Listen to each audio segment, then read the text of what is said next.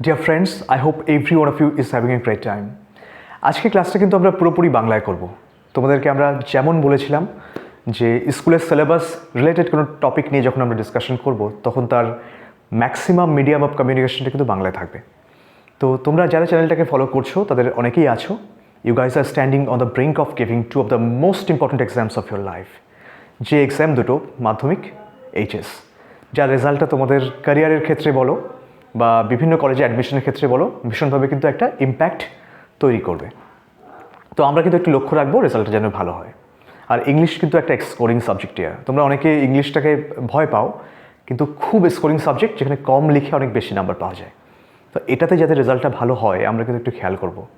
আর সেটা চিন্তা করি আমরা তোমাদের স্কুলের টপিক গ্রামার বলো, সেটা রাইটিং স্কিল বলো, টেক্সট বলো, সব কিছু মিলিয়ে কিন্তু একটা সিরিজ অফ ভিডিওস কিন্তু আমরা তৈরি করছি এখানে, যাতে তোমাদের একটু সুবিধা হয়ে যায় পরীক্ষার আগে। পরীক্ষা এত কাছাকাছি চলে এসছে, কিন্তু এখনও পর্যন্ত হয়তো অনেকেই তোমাদের রয়েছে যারা কিন্তু গ্রামারের অনেক পোর্শন বাকি রয়েছে তোমাদের কমপ্লিট করতে।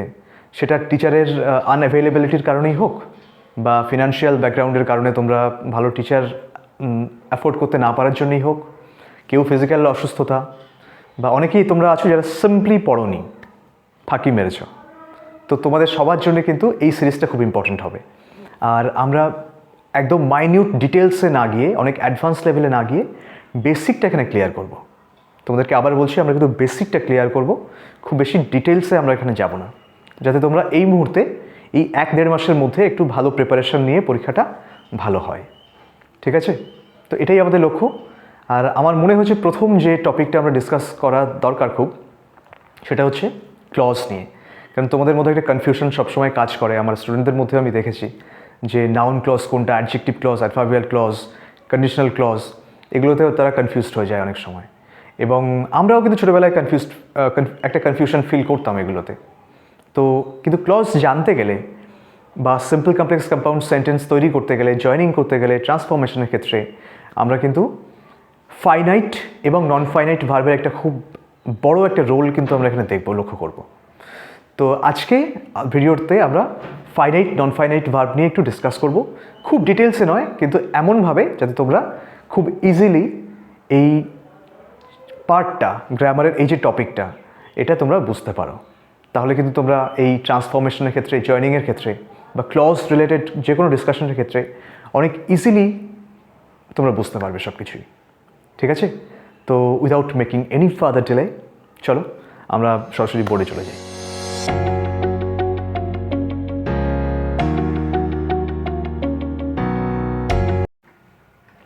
তাহলে চলো আমরা ফাইনাইট নন ফাইনাইট ভার্ব নিয়ে ডিসকাশন শুরু করি।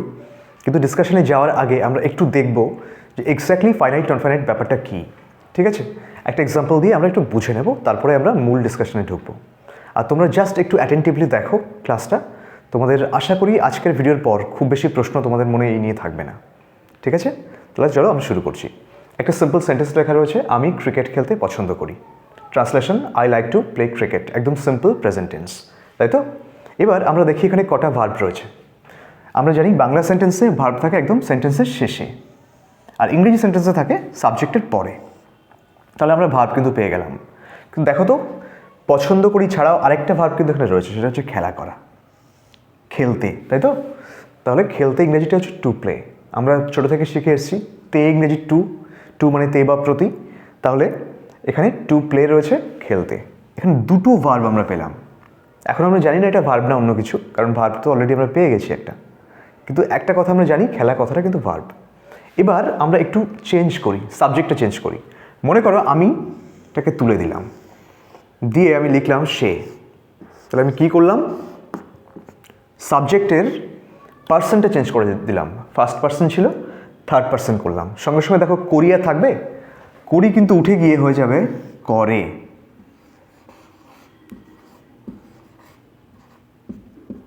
সে ক্রিকেট খেলতে পছন্দ করে। তাহলে ভার্ব চেঞ্জ হয়ে গেছে। এখানে কিন্তু ইংলিশের ক্ষেত্রে চেঞ্জ হবে। তাহলে আইটাকে আমরা তুলে দিয়ে করব কি? হি। আর তখন লাইক থাকবে, সিম্পল প্রেজেন্ট টেন্সের নিয়ম, লাইকস হয়ে যাবে। থার্ড পার্সন সিঙ্গুলার নাম্বার, ভার্বের সঙ্গে এস বাই এস যোগ। তাহলে এই যে চেঞ্জেসটা আমরা খেয়াল করলাম, একটা ভার্ব কিন্তু চেঞ্জ হলো, কিন্তু প্লে কিন্তু চেঞ্জ হয়নি। টু প্লে এর মতোই রয়েছে। আবার একটু চেঞ্জ করার চেষ্টা করি আমরা। সে সিঙ্গুলার নাম্বার ছিল, এবার প্লুরাল নাম্বার করি। সে তারা, ধরো আমি তারা করে দিলাম এখানে। এখানে তাহলে আমরা দে করব। যদি দে লাইকস হবে তখন কিন্তু দে লাইক হয়ে যাবে আবার। তাহলে আমরা কি দেখলাম, সাবজেক্টের ফার্স্টে কি চেঞ্জ করলাম আমরা, পার্সন, ফার্স্ট পার্সন থেকে থার্ড পার্সন করেছিলাম। নাম্বারটা কিন্তু একই ছিল, সিঙ্গুলার নাম্বারই ছিল। তাহলে পার্সন চেঞ্জ করেছিলাম প্রথমে, আবার তারপরে কি চেঞ্জ করলাম, সাবজেক্টের নাম্বারটা পার্সনটা একই ছিল, থার্ড পার্সন ছিল, নাম্বারটা চেঞ্জ করে প্লুরাল নাম্বার করেছিলাম সিঙ্গুলার থেকে, তাই তো, তারা করে দিয়েছিলাম। তাহলে নাম্বারও আমরা চেঞ্জ করেছিলাম। দুটো ক্ষেত্রে কিন্তু ভার্বটা কিন্তু দুরকম হয়ে গেল। আবার যদি একটু টেন্স চেঞ্জ করে দিই আমি, যদি আমি বলি আমি ক্রিকেট খেলতে পছন্দ করতাম আগে, তখন কিন্তু এ আবার পাস্ট টেন্স হয়ে যাবে, লাইকড হয়ে যাবে না ডিয়ার? তাহলে দেখো প্রত্যেকটা ক্ষেত্রে কিন্তু এই একটা ভার্ব চেঞ্জ হচ্ছে, এই লাইক, যে মেইন ভার্ব। তাহলে মনে রাখবে সবসময় তোমরা, যে ভার্বটা সাবজেক্টের নাম্বার, পার্সন বা ভার্বের টেন্স চেঞ্জের সঙ্গে সঙ্গে চেঞ্জ হয়ে যায় পুরোপুরি, সেটাই কিন্তু ফাইনাইট ভার্ব। ক্লিয়ার? তাহলে এখানে ফাইনাইট ভার্ব কোনটা, লাইকটা কিন্তু এখানে ফাইনাইট ভার্ব, কারণ লাইকটাকেই আমরা বারবার চেঞ্জ করছি। কিন্তু টু প্লে, এই যে ভাবটা আছে, তুমি একটু সাজিয়ে দেখো বিভিন্নভাবে সেন্টেন্সটাকে, কোনোদিন কিন্তু চেঞ্জ করতে পারবে না একে দিয়ে। এই সেন্টেন্সটা আমি রাখি, আমি ক্রিকেট খেলতে পছন্দ করি, সে ক্রিকেট খেলতে পছন্দ করে, তারা ক্রিকেট খেলতে পছন্দ করে। প্রত্যেকটা জায়গায় টু প্লে আর খেলতে, এই দুটো জিনিস কিন্তু একই রকমভাবে রয়েছে, এদের কিন্তু কোনো চেঞ্জ নেই। পাস্ট টেন্স যদি করে দেখি, I liked to play cricket, তখনও কিন্তু টু প্লের মতোই থাকবে। ফিউচার টেন্স করে দেখি, I will or I shall like to play cricket, তখনও কিন্তু একই রকমভাবে টু প্লেটা থাকবে। তাহলে এই টু প্লে যে ভার্বটা রয়েছে, এ কিন্তু কোনো অবস্থাতেই চেঞ্জ হচ্ছে না। এই যে ভার্বটা, এটাকেই কিন্তু আমরা নন ফাইনাইট বলি। আমরা এইভাবে মনে রাখতে পারি যে নন মানে একটা নেগেটিভ সাইন, আর যে ভার্ব চেঞ্জ হয় না কোনো অবস্থাতেই, সাবজেক্টের নাম্বার, পার্সন বা টেন্স যাই চেঞ্জ হোক না কেন, এই ভার্বটা কিন্তু কোনোভাবেই চেঞ্জ হয় না। এই ভার্বটাকে আমরা বলি নন ফাইনাইট। এবার আমরা একটু দেখে নেব নন ফাইনাইটের কতগুলো ভাগ সম্পর্কে।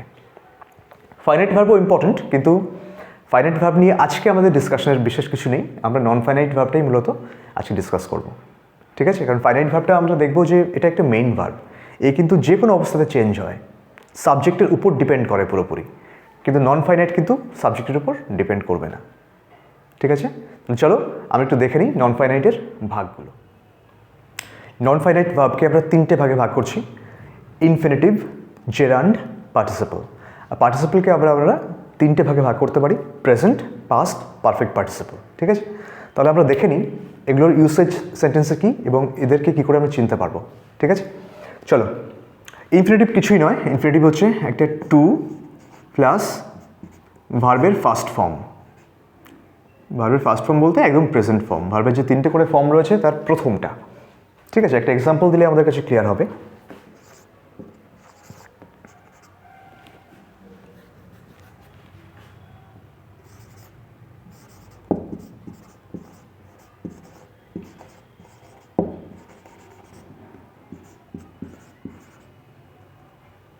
I like to drink tea. এখানে দেখো আমি আগের সেন্টেন্সটার মতোই লাইক ভার্বটা আবার ইউজ করেছি আর টু ড্রিঙ্ক ইউজ করেছি আমি। তাহলে আমরা ইনফিনিটিভের শর্ত কি দেখছি, টু থাকতে হবে, ভার্বের ফার্স্ট ফর্ম থাকতে হবে। তাহলে টু রয়েছে। আর ড্রিঙ্কের আমরা তিনটে ফর্ম জানি, ড্রিঙ্ক, ড্র্যাঙ্ক, ড্রাঙ্ক। তাহলে এখানে কিন্তু এই শর্তটা ফিল করছে, তাহলে এটা কিন্তু একটা ইনফিনিটিভ। কিন্তু এ কি অ্যাকচুয়ালি ভার্ব? তোমাদের কি মনে হয়? দেখো তো, সাবজেক্টের পরে ভার্ব বসে আমরা জানি, ভার্ব কিন্তু অলরেডি আমরা পেয়ে গেছি একটা, লাইক। আর লাইকটাই কিন্তু ফাইনাইট ভার্ব। কেন? কারণ যদি আমি এখানে হি বসাতাম, কিন্তু লাইকস হয়ে যেত। পাস্ট টেন্স চেঞ্জ করতাম, আই লাইকড হয়ে যেত। কিন্তু টু ড্রিঙ্ক কিন্তু কোনো ক্ষেত্রেই চেঞ্জ হতো না, সব জায়গায় অপরিবর্তিত থাকতো। তাহলে আমরা কিন্তু বলতেই পারি যে টু ড্রিঙ্কটা হচ্ছে নন ফাইনাইট, কারণ এ চেঞ্জ হচ্ছে না কোথাও। কিন্তু এ কিসের মতো কাজ করে অ্যাকচুয়ালি? তাহলে এ তো ভার্ব নয়, আমরা দেখতে পাচ্ছি। মনে রাখবে অধিকাংশ ক্ষেত্রে, আমি সব ক্ষেত্রে বলছি না, অধিকাংশ ক্ষেত্রেই কিন্তু এ একটা নাউনের মতো কাজ করবে, ঠিক আছে? এ কিন্তু একটা কাজ করে অধিকাংশ ক্ষেত্রে একটা নাউনের মতো। তোমরা একটা স্ক্রিনশট নিয়ে নিও, কিন্তু এখন না, আমি একটু বুঝিয়ে নিই এবং ব্যাপারটা পুরো লেখা হয়ে গেলে তারপর তোমরা স্ক্রিনশট একটা নিয়ে নিও, এবং আমার সাজেশন হবে তোমরা খাতায় কিন্তু তুলে নেবে, তোমরা বুঝতে পারো এমন করে। তাহলে একটা এক্সাম্পল আমরা দেখলাম, আরেকটা এক্সাম্পল দেখে নিই। একটা মাঝখানে রয়েছে, একটা শুরুতে আমরা দেখি।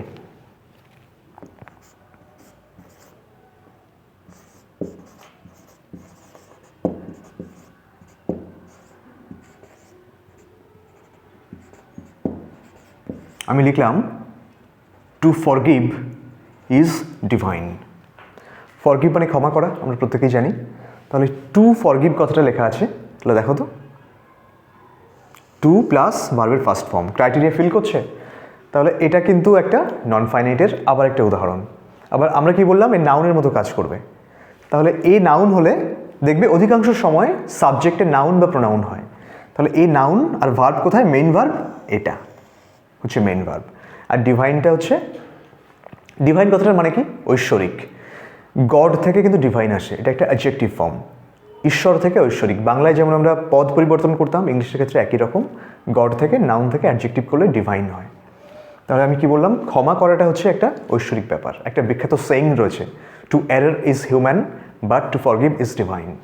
মানুষ মাত্রই ভুল করে, কিন্তু ক্ষমা করতে পারে যে, সেই কাজটা অনেকটা ঐশ্বরিক।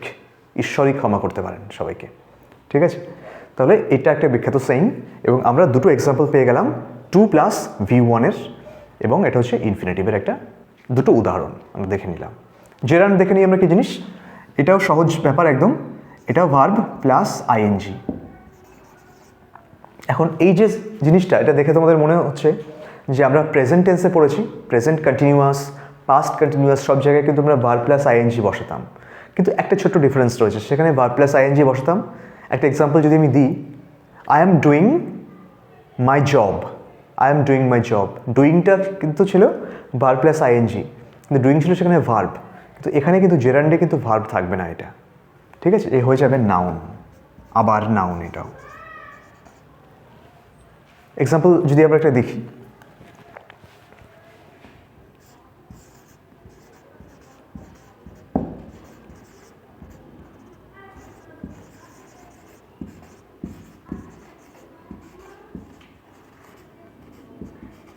আমরা বললাম running is good for health.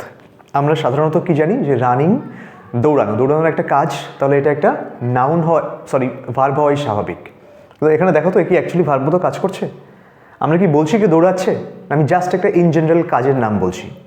যেই কাজটা করুক সেটা কিন্তু হেলদি, এবং সেন্টেন্সের শুরুতে বসেছে। আমরা দেখেছি কখনো যে ভার্ব সেন্টেন্সের শুরুতে বসে? হ্যাঁ, ভার্ব সেন্টেন্সের শুরুতে বসে, কিন্তু সেটা হচ্ছে কোয়েশ্চেনের ক্ষেত্রে, ইন্টারোগেটিভ সেন্টেন্সের ক্ষেত্রে, এবং সেটা কিন্তু অক্সিলিয়ারি ভার্ব বসে। কিন্তু রানিং তো না অক্সিলিয়ারি না মেইন ভার্ব, কারণ মেইন ভার্ব কি জানি আমরা সাবজেক্টের পরে বসবে। রানিংটা কিন্তু অ্যাজ এ সাবজেক্ট ইউজ হয়েছে এখানে, এবং একটা কাজের নাম বলছি।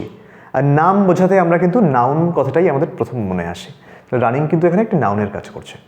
রানিং দিয়ে আমরা বলছি না যে কেউ দৌড়ায় বা দৌড়াচ্ছে বা দৌড়াবে বা দৌড়েছিল, আমরা টেন্সের কোনো ফর্ম কিন্তু বলছি না। তাহলে আমরা বুঝতে পারলাম এটা কিন্তু একটা নাউনের মতো কাজ করছে, ঠিক আছে। যখন আমরা ইন জেনারেল কোনো কাজের নাম বলবো, দেখতে তাকে ভার্বের মতো হবে, কিন্তু সেটা কিন্তু অ্যাকচুয়ালি একটা নাউন, ভার্ব প্লাস আইএনজি, এবং সে কিন্তু নাউনের কাজ করলে তখন তাকে আমরা জেরান্ডের ক্যাটাগরিতে ফেলবো, ঠিক আছে। এবার আমরা আসি পার্টিসিপেলে। পার্টিসিপেল কথাটার সঙ্গে আমরা কিন্তু ছোটো থেকে পরিচিত। আমরা ভার্বের 3টে করে ফর্ম পড়েছি, প্রেজেন্ট, পাস্ট আর পাস্ট পার্টিসিপেল। পাস্ট পার্টিসিপেলটা কিন্তু আমরা একটা জিনিস অলরেডি পেয়ে যাচ্ছি এখানে আমরা, কিন্তু আমরা পাস্ট পার্টিসিপেল একটা উদাহরণ দিই। ধরো আমি বললাম I have done the work, I have done the work. তাহলে ডু ডিড ডান, ডানটা এখানে পাস্ট পার্টিসিপেল ছিল, কিন্তু এখানে কিন্তু ডানটা মেইন ভার্ব হিসেবে কাজ করছিল। তো পার্টিসিপেলের ক্ষেত্রে যদি নন ফাইনাইট করতে হয় আমাদের, তখন সে কিন্তু একটা অ্যাডজেক্টিভের মতো কাজ করবে। সবসময় মনে রাখবে, একটা অ্যাডজেক্টিভের কাজ করবে কিন্তু অলওয়েজ। নন ফাইনাইটের যে পার্টিসিপেল, এমনি পার্টিসিপেল কিন্তু ভার্বের কাজ করে, নন ফাইনাইট যখন হবে তখন কিন্তু অ্যাডজেক্টিভের কাজ করবে। কয়েকটা এক্সাম্পল দিলে ক্লিয়ার হয়ে যাবে আমাদের কাছে। পাস্ট পার্টিসিপেলের এক্সাম্পল আমরা জানি প্রত্যেকেই। একটা I like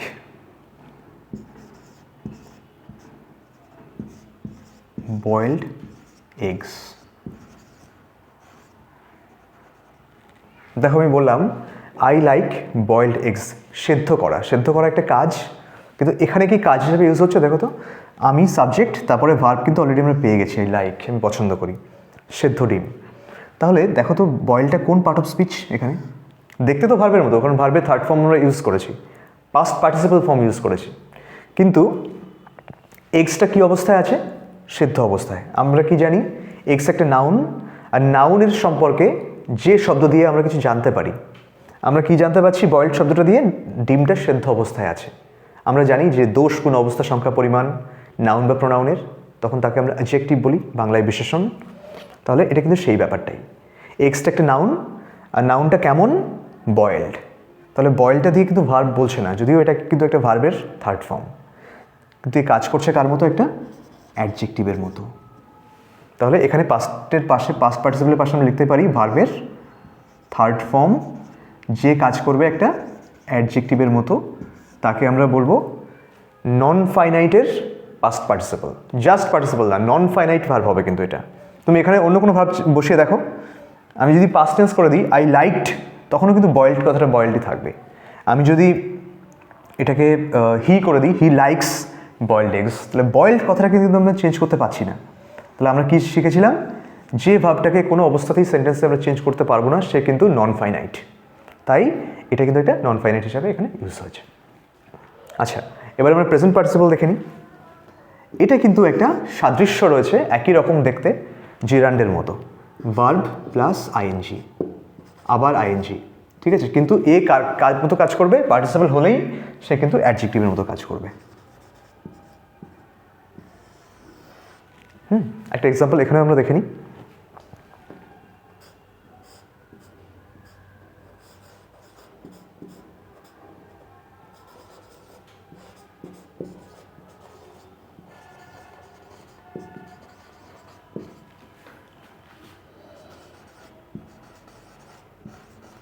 এক্সাম্পলটা আমরা দিলাম, আর রোলিং স্টোন গ্যাদার্স নো মশ। রোলিং মানে কি? কোনো কিছুর গায়ে যদি ঘর্ষণ পায়, ঘষা খায়, তাহলে সেটা রোলিং বলা হয় তাকে। স্টোনটা পাথর, পাথরটা একটা নাউন আমরা জানি। আর স্টোনটা কী অবস্থায় আছে? রোলিং অবস্থায়, যার গায়ে সবসময় ঘষা হচ্ছে, ঠিক আছে। তাহলে এর কিন্তু অ্যাকচুয়ালি ভার্বের মতো দেখতে, একে আইএনজি যোগ করা হয়েছে। আমরা কি জানি? প্রেজেন্ট কন্টিনিউয়াস টেন্সে আমরা ভার্বের সঙ্গে আইএনজি যোগ করি, পাস্ট কন্টিনিউয়াস টেন্সে বা ফিউচার কন্টিনিউয়াস টেন্সে মেইন ভার্বের সঙ্গে আইএনজি যোগ করি। তো এখানেও কিন্তু ভার্বের সঙ্গে আইএনজি যোগ দেখলেই কিন্তু মনে হতে পারে যে এটা একটা ভার্ব রয়েছে, কিন্তু না, এখানে কিন্তু এটা আমরা একটা অ্যাডজেক্টিভ হিসেবে পাবো। কেন? ভার্ব প্লাস আইএনজি যোগ হয়েছে, কিন্তু এ কিন্তু একটা অবস্থা বোঝাচ্ছে। পাথরটা কি অবস্থায় আছে? রোলিং অবস্থায়। তাহলে এই পাথরটার গায়ে কিন্তু কোনোদিন শ্যাওলা জন্মায় না। জমে যাওয়া ইংরেজি হচ্ছে গ্যাদার্স, তাহলে এটা হচ্ছে মেইন ভার্ব এখানে, ঠিক আছে। এবার একটু চেঞ্জ করে দিই, যদি আমি এখানে আটাকে তুলে দিই, দিয়ে রোলিং স্টোনস করে দিই, তাহলে আর গ্যাদার্স থাকবে না, তখন গ্যাদার হয়ে যাবে। কিন্তু হলেও রোলিং কথাটা কিন্তু চেঞ্জ করা যাচ্ছে না। তাহলে আমরা নন ফাইনাইটের ক্রাইটেরিয়া জেনেছিলাম যে ভার্বটাকে আমরা কোনো অবস্থাতেই চেঞ্জ করতে পারবো না, সাবজেক্ট যাই হোক না কেন, ঠিক আছে। তাহলে সেটাকে কিন্তু আমরা নন ফাইনাইট ভার্ব বলবো, এবং পার্টিসিপলের কাজ হচ্ছে অ্যাডজেক্টিভ হিসাবে কাজ করা। এখানে স্টোনের অ্যাডজেক্টিভ কিন্তু রোলিং, ঠিক আছে। তাহলে আমরা মনে হয় এটাও বুঝতে পারলাম, মনে হচ্ছে তোমাদের কাছে ক্লিয়ার হয়ে গেছে। না ক্লিয়ার হলে আরেকবার একটু দেখে নিও পরে। পারফেক্ট পার্টিসিপল একটা উদাহরণ আমরা এখানেও দেখে নিই। এটা কিন্তু পারফেক্ট টেন্স, মনে আছে তোমাদের? পারফেক্ট টেন্স আমরা প্রত্যেকটা সময় হ্যাভের কোনো একটা ফর্ম বসাই। প্রেজেন্ট পারফেক্টে হ্যাভ হ্যাজ, পাস্ট পারফেক্টে কিন্তু হ্যাড, ঠিক আছে। তাহলে এখানে কিন্তু হ্যাভের একটা ফর্ম থাকবে, কিন্তু থাকবে কি? হ্যাভিং প্লাস ভার্বের থার্ড ফর্ম। কারণ কি? হ্যাভের কোনো ফর্ম বসার পরে অটোমেটিক্যালি ভার্বের থার্ড ফর্ম কিন্তু চলে আসে আমাদের। তাহলে পারফেক্ট টেন্স কিন্তু হ্যাভিং প্লাস V3। একটা এক্সাম্পল যদি আমরা দেখি এখানে,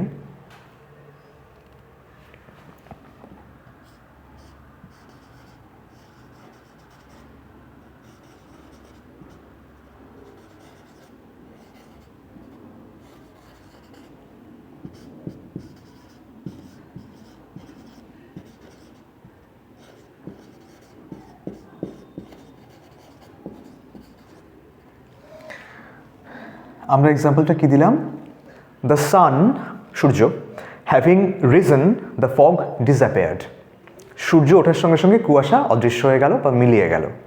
তাহলে আমরা এখানে ক্রাইটেরিয়াটা একটু দেখে নিই। দ্য সান হ্যাভিং রিজন, সূর্য কী হচ্ছে, আমরা হ্যাভিং নিয়ে এসেছি, রাইজ ভার্বের থার্ড ফর্ম হচ্ছে রিজন, তাহলে ভার্বের থার্ড ফর্মও আমরা ইউজ করেছি। তাহলে সূর্য ওঠার সঙ্গে সঙ্গে দ্য ফগ ডিসঅ্যাপিয়ার্ড, কুয়াশা কিন্তু অদৃশ্য হয়ে গেল। তাহলে এই মোটামুটি একটা স্ট্রাকচার এবং প্রত্যেকটার একটা করে উদাহরণ তোমরা দেখলে। তোমরা চাইলে এবার এটার একটা স্ক্রিনশট নিয়ে নাও, কিন্তু আমার সাজেশন হবে তোমরা এটাকে খাতায় লিখে নিও, যদি তোমরা নিজেদের মতো করে লিখে নিও তোমাদের যাতে বুঝতে সুবিধা হয়। ঠিক আছে, চলো একটু স্ক্রিনশট নিয়ে নাও তোমরা। এবার আমরা কিন্তু কয়েকটা এক্সাম্পল দেখব এবং চেনার চেষ্টা করব কোনটা কোন ফর্মে রয়েছে, কোনটা ইনফিনিটিভ, কোনটা জেরান্ড, কোনটা প্রেজেন্ট পাস্ট পারফেক্ট পার্টিসিপল বা জাস্ট পার্টিসিপল। আমরা একটু বুঝতে চেষ্টা করব কয়েকটা এক্সাম্পলের সাহায্যে। অনেক ক্ষেত্রে কিন্তু পড়ানোর সময় আমরা লক্ষ্য করি যে কিছু পার্টিকুলার জায়গায় স্টুডেন্টরা একটু প্রবলেম ফিল করে ডিফারেন্সিয়েট করতে কোনটা ফাইনাইট কোনটা নন ফাইনাইট। কয়েকটা এক্সাম্পল এখানে আমরা দিয়েছি, আমরা এখান থেকে বুঝতে পারবো। ফার্স্ট সেন্টেন্সটা হচ্ছে আই অ্যাম রানিং, আমি দৌড়াচ্ছি। এই যে স্ট্রাকচারটা, এটা দেখে তোমাদের মনে হচ্ছে না এটা একটা কন্টিনিউয়াস টেন্সের উদাহরণ? অ্যাম ইজ আর ভার্বের সঙ্গে আইএনজি যোগ। ঠিক আছে, তাহলে কয়েকটা ব্যাপার একটু মনে রাখবে তোমরা। সেটা হচ্ছে আইএনজির আগে যদি বি, অ্যাম, আর, ওয়াজ, ওয়্যার, বিং, এই শব্দগুলো যদি আমরা আইএনজির যুক্ত যে শব্দটা তার আগে দেখি, তাহলে সে কিন্তু একটা ভার্ব, সে কিন্তু মোটেও নন ফাইনাইট ভার্ব নয়, এ কিন্তু পার্টিসিপল নয়, এ কিন্তু এখানে একটা ভার্বের মতো কাজ করছে। ঠিক আছে, এই যে সেন্টেন্সটা লেখা হয়েছে এটা কিন্তু কোনো পার্টিসিপলের উদাহরণই নয়। অনেক সময় কিন্তু এটা দেখে আমরা প্রেজেন্ট পার্টিসিপল বলে ভুল করতে পারি। সেকেন্ড ওয়ানটা দেখি আমরা, আই লাইক টু রান। এখানে দেখো আমি দৌড়াতে পছন্দ করি, এখানে টু আছে প্লাস ভার্বের ফার্স্ট ফর্ম রয়েছে, আমাদের কোনো দেখার দরকার নেই, এখানে আমরা চোখ বন্ধ করে বুঝতে পারবো এটা একটা ইনফিনিটিভের উদাহরণ। আচ্ছা, এখানে কিন্তু মেইন ভার্ব লাইক, লাইকটা ফাইনাইট ভার্ব, কারণ এখানে যদি হি করতাম আমি লাইকস হয়ে যেত, হি লাইকস টু রান হয়ে যেত, কিন্তু টু রানটাকে আমরা কিন্তু চেঞ্জ করতে পারতাম না কোনো অবস্থাতেই। আচ্ছা, তাহলে এটা একটা ইনফিনিটিভের উদাহরণ গেল। আই লাইক রানিং, এখানে দেখো আই লাইক রয়েছে কিন্তু ভার্বের সঙ্গে আইএনজি যোগ রয়েছে, কিন্তু ভার্বের সঙ্গে আইএনজি যোগ করেছে কিন্তু আগে কিন্তু কোনো রকম বি ভার্বের ফর্ম নেই, দেখেছো? তাহলে এখানে হয়ে যাবে এটা একটা জেরান্ড। কী করে আমরা বুঝলাম আরেকটু ক্লিয়ার হবে তোমাদেরকে বললে। আমি পছন্দ করি দৌড়ানোর ব্যাপারটা, ঠিক আছে? আমি কিন্তু বলছি না এখানে যে কেউ দৌড়াচ্ছে বা কেউ দৌড়ায় বা কেউ দৌড়েছিল বা দৌড়াবে, টেন্সের কোনো রকম গঠন কিন্তু এটা নয়। আমি অলরেডি ভার্ব পেয়ে গেছি, আমি কি পছন্দ করি? দৌড়াতে। সবসময় মনে রাখবে জেরান্ড না সাবজেক্ট বা অবজেক্টের কোনো ফর্ম হয় বা সাবজেক্ট বা অবজেক্ট কমপ্লিমেন্ট হয়। কমপ্লিমেন্ট ব্যাপারটা হয়তো তোমাদের অনেকের কাছে ক্লিয়ার নয়, তো পরে কোনো একটা ক্লাসে আমরা হয়তো ডিসকাস করে দেবো একটু। তো একটা ব্যাপার সিম্পলি যদি আমি বোঝানোর চেষ্টা করি, লাইক আমরা জানি ভার্বকে কি বা কাকে দিয়ে প্রশ্ন করলে আমরা অবজেক্ট পাই। তাহলে আমি কি পছন্দ করি? দৌড়ানো পছন্দ করি। তাহলে এটা একটা অবজেক্ট কিন্তু, এবং অবজেক্ট কিন্তু অধিকাংশ সময় নাউন বা প্রোনাউন হয়, অন্য কোনো পার্ট অফ স্পিচ কিন্তু সাধারণত হয় না। ঠিক আছে, তাহলে এটাও কিন্তু একটা নাউনের উদাহরণ। রানিংটা এখানে একটা নাউন হিসাবে ইউজ হয়েছে। রানিং ইজ মাই হবি, আবার দেখো একই জিনিস শুরুতে ব্যবহার করেছি রানিং শব্দটা, কিন্তু এটা দিয়ে কিন্তু বোঝানো হচ্ছে না যে কেউ কোনো কাজ করছে। এখানে এখানে আমরা বলছি কি রানিং ইজ জাস্ট মাই হবি। তাহলে ইজটা হচ্ছে মেইন ভার্ব আর রানিংটা হচ্ছে একটা এখানে আবার জেরান্ডের উদাহরণ, কারণ এই নাউনের মতো কাজ করছে এবং ভার্বের সঙ্গে আইএনজি যোগ রয়েছে। তারপরের সেন্টেন্সটা দেখো, he is confident of winning. সে যে জিতবে বা জয়লাভ করবে তার ব্যাপারে সে কিন্তু নিশ্চিত বা কনফিডেন্ট, আত্মবিশ্বাসী। তাহলে এখানে এই যে উইনিংটা আছে, মনে রাখবে তোমরা অফ বা কোনো প্রিপোজিশনের পরে অধিকাংশ সময় কিন্তু নাউন বসে। ঠিক আছে, তাহলে এই উইনিংটা কিন্তু কোনো ভার্ব নয়, এটা একটা নাউন। তাহলে এও একটা জেরান্ড। নেক্সট সেন্টেন্স আমরা দেখি, I am too weak to walk. খুব একটা পপুলার সেন্টেন্স আমাদের WB বোর্ডের জন্যে, সেটা মাধ্যমিকের হোক বা এইচএসের জন্যে হোক। I am too weak to walk, আমি এত দুর্বল যে আমি হাঁটতে পারছি না। ঠিক আছে, এই সেন্টেন্সটা প্রায় পরীক্ষায় আসে, তোমাদের কমপ্লেক্স করতে আসে, নেগেটিভ করতে বলে, বিভিন্নভাবে এর ইনস্ট্রাকশনটা আসে। তো এখানে দেখো টু ওয়াক রয়েছে, ওয়াক একটা হাঁটা, আর তার আগে টু রয়েছে, আর এখানে অ্যাম রয়েছে, অ্যামটা হচ্ছে মেইন ভার্ব, তাহলে এটাকে আমরা পেয়ে যাচ্ছি, এটাও একটা infinitive. I taught him to read, আবার সেই একই জিনিস, I taught him to read, to plus ভার্বের first form, infinitive. I saw her reading the book, আমি তাকে দেখলাম বইটা পড়তে, সে যে মুহূর্তে বইটা পড়ছিল সেই টাইমে আমি দেখেছি, মানে এটা কিন্তু একটা অনগোয়িং অ্যাকশনের কথা বলা হচ্ছে। যে সময় আমি তাকে দেখছিলাম সেই সময় তার পড়া কাজটা কিন্তু চলছিল, তাহলে এটা একটা কন্টিনিউয়াস টেন্সের উদাহরণ। এবং সরি, কন্টিনিউয়াস টেন্স বললাম আমি, এটা হচ্ছে একটা প্রেজেন্ট পার্টিসিপেলের উদাহরণ।